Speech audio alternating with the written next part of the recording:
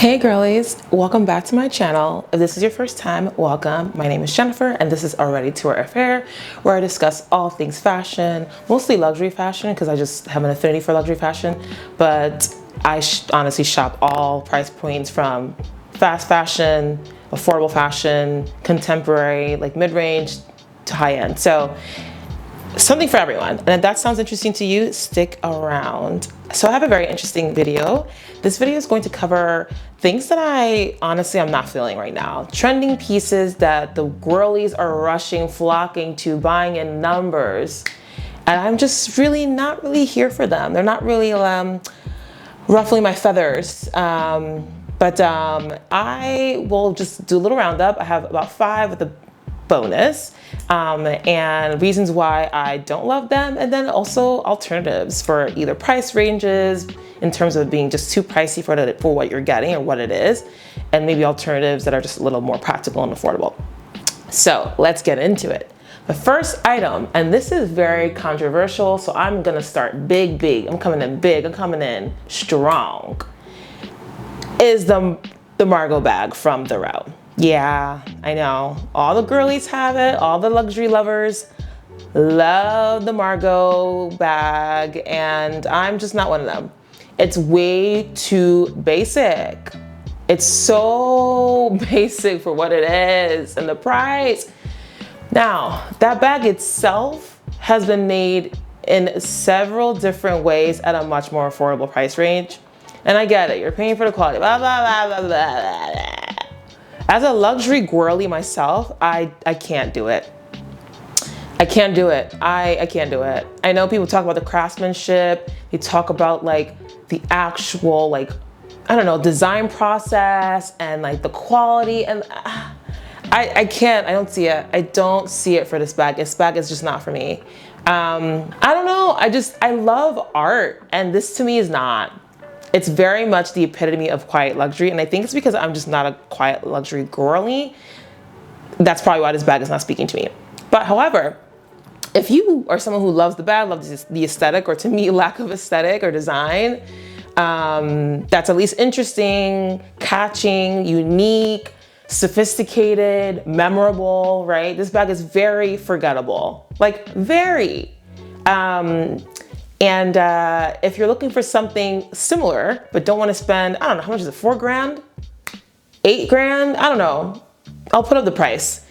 Definitely check out the Coach Empire bag. So the Coach Empire bag is going to give you the same aesthetic, same design, same vibe, and a much more affordable price range. I think it's like maybe like 500 to 800, under $1 grand. So, I mean, not necessarily cheap, but it's a lot more practical, affordable, and reasonable than the Margot bag.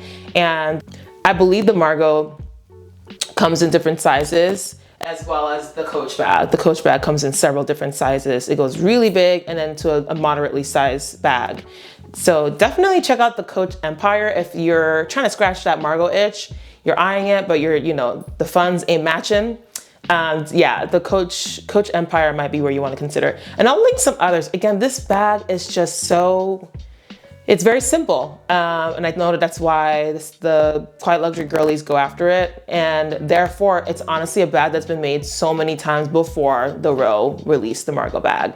And so I'll try and find others that are even more affordable than even the Coach, but I think that the best alternative would probably be the Coach. So I'll link some of the other similar ones that I find for the Row's Margot bag in my description box.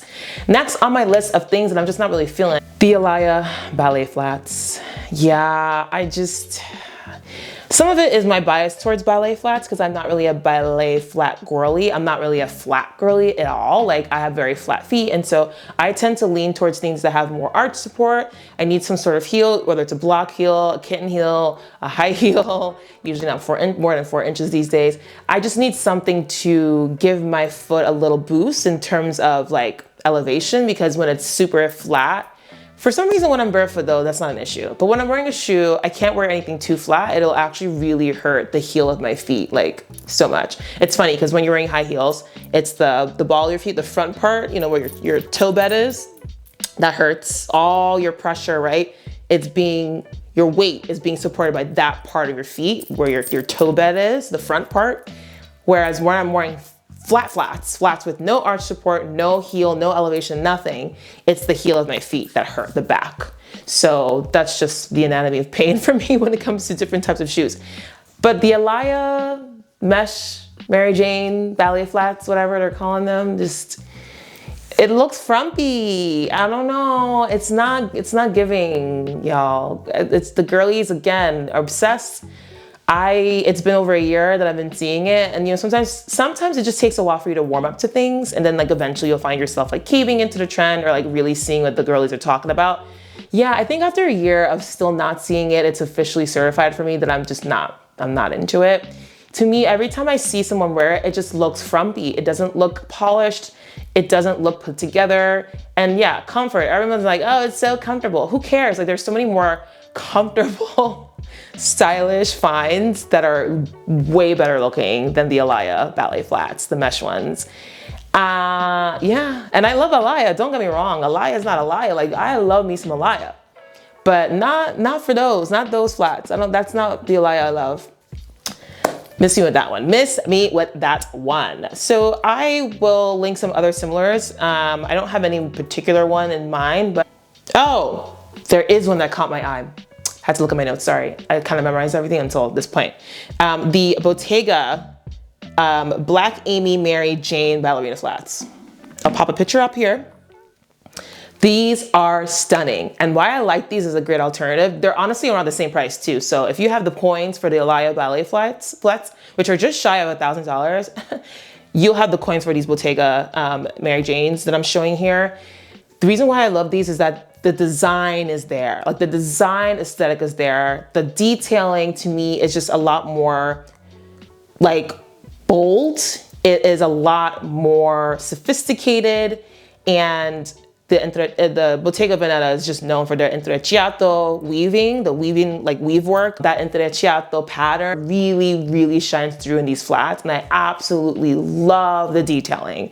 Everything about this shoe is fabulous. The gold, the kind of brushed gold that are on the buckles, the buckle detailing, absolutely love these shoes. These shoes will polish a look, in my opinion. So if you have to go to either, or pick between either flats, and you have the budget for, I guess, just under $1,000 to spare on a pair of like Mary Jane like flat shoes, definitely opt for the Bottegas. That to me is better. Anyway, next, number 3.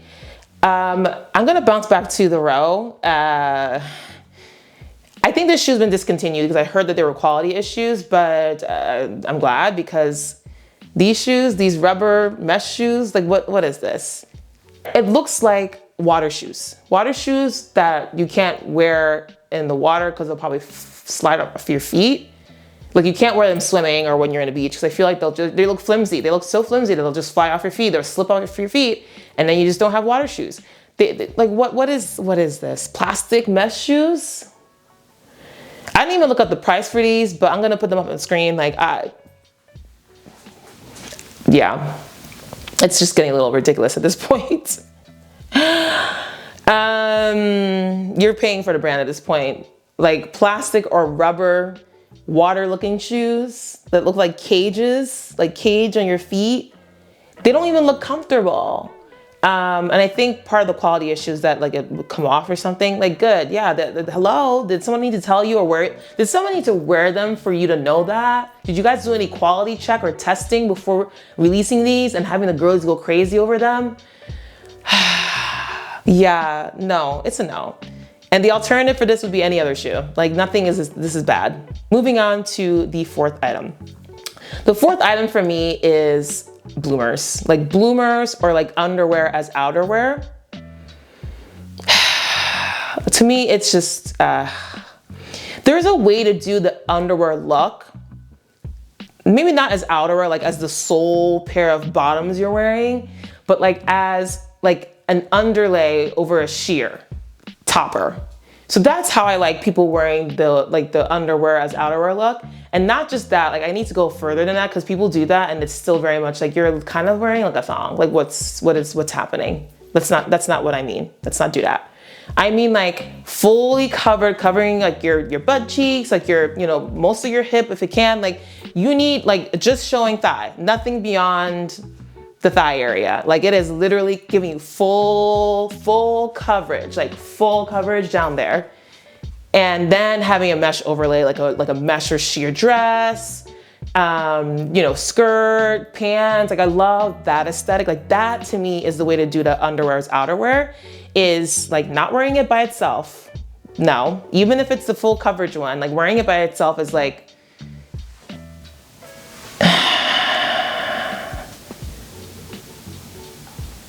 yeah, no. Yeah, no, not wearing it by itself. Give us some tights. Give us some tights, some leggings, some coverage. Like, and you know, again, a sheer overlay, a sheer dress, a sheer short, a sheer pant, a sheer skirt. Some second layer to give us more of an illusion of it being a little more covered, right? Of course, we can still see everything, but like just having that as an added layer helps. It adds more mystery and it makes it more interesting, right? Than like vulgar or just plain like raunchy and just not safe for public. So that's my take on like the bloomer or underwear's outerwear trend, or the fourth I'm not a fan of trend on my list. So on to number 5. Number 5 is fanny packs. Fanny packs are just a big no. I don't know if I've ever seen a fanny pack I've liked. I don't care who's wearing it. I've seen it on many different people, heights, shapes, sizes, genders, backgrounds, race, whatever you need it. You name whoever is wearing a fanny pack. For the most part, I'm just not a fan. It's a sack that's sitting on your tummy area and it just makes you focus on that and it just doesn't look flattering. Now, fanny packs are very different from belt bags. Now that I'm a fan of. I'm a huge fan of belt bags because belt bags have more of a, like there's a disconnecting, like the actual part where it's like the bag is hanging off of the belt. Basically, fanny packs, like the sack is literally connected to the belt and it's all one piece, and it's usually focused on the tummy. So to me, the focus on the tummy is what makes it unattractive and very unflattering for most people. But the belt bag, the focus is on the belt and like the bag part kind of hangs off of that belt. So it's not like the sack part or the bag part of the belt bag is sitting on the stomach. It's a little off the stomach. So the belt is kind of the focus on the waist and it makes the waist not look so bulgy and bulky. I prefer belt bags any day or time over fanny packs. Now they might not hold as much, but if that's the case, if you're looking to carry more things, you should probably consider doing a belt bag that has like 2 pouches. To me, it's a lot more of a clean, flattering look, more polished look than the one a fanny pack gives. I hope that makes sense, but I'm not really a huge fanny pack person. I don't think it looks flattering on anyone. And I prefer the belt bag look. It's just a lot more clean, a lot less bulky looking, and just more fun. And you can do so much more fashionable looks with a belt bag over a fanny pack. So that's number 5, a bonus item. It's gonna be not necessarily fashion, it's gonna be fragrance, but not fragrance, candles, scents. I recently purchased this gorgeous candle, and gorgeous, I mean like the smell is very gorgeous and it was very familiar with another perfume I own. As soon as I took a whiff of the candle, I was like, did someone just pass by walking around wearing Baccarat Rouge 540? Did someone just walk by me wearing Baccarat Rouge 540? And I realized it was the candle I was smelling. The candle I was smelling is Saks Fifth Avenue's candle brand. Like they have their own candle line that they make as part of the store brand. And this scent is called Jasmine and Rouge. And it is absolutely gorgeous. I'm gonna put a video of it here. This is the dupe to Baccarat Rouge 540, and it is a fraction of the Baccarat Rouge 540 candle price. The Baccarat Rouge 540 price is $125 on the Saks website. And honestly, it's a beautiful scent, the iconic fragrance. You know, so many people own it. If you're a fragrance lover, I'm sure you've heard of it. If not, you own it. And they also have, I think, like lotions, different kinds of other things that aren't just the actual fragrance itself or the actual perfume. And the Baccarat Hotel smells like it as well. And so if you want to smell like the hotel, or you want to make your home smell like you, get this candle, because it's the dupe that's literally a fraction of the original at $23. Saks off 50, y'all. And watch my I did a little like video of like the recent like steals and deals I found on a shopping trip I went on a couple days ago. And this was one of the items I showcased. And so definitely check that video out. I'll link it here as well so it's convenient, but don't miss the other goodies I dropped. Like, I found some really great, deeply discounted finds. So check that out quickly, because those things sell out fast.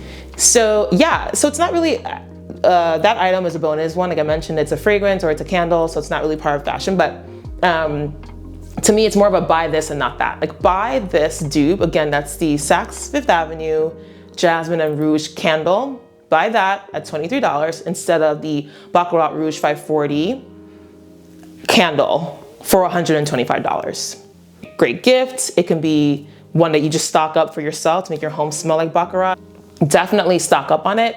Again, I'm linking it here because you can buy it from the Saks Off Fifth website online. I just found it, so I'll make sure to link it here. But yeah, so that's everything. I did my little fashion roundup. Let me know your thoughts if you agree with me on any of the other things, and what others you have that I haven't mentioned. I was like racking my brain. I'm like, I know there are other trending things that I'm not a fan of, that I just don't want to partake in, but I can't think of any right now except for the 5 I showed you all. So let me know if you have any others. We might have some more in common. We can vent together about how we don't understand the hype behind them, or what we would do instead. So yeah, thank you so much for watching. Don't forget to like the video because it was fun, right? Don't forget to subscribe to my channel so you won't miss new videos dropping from me.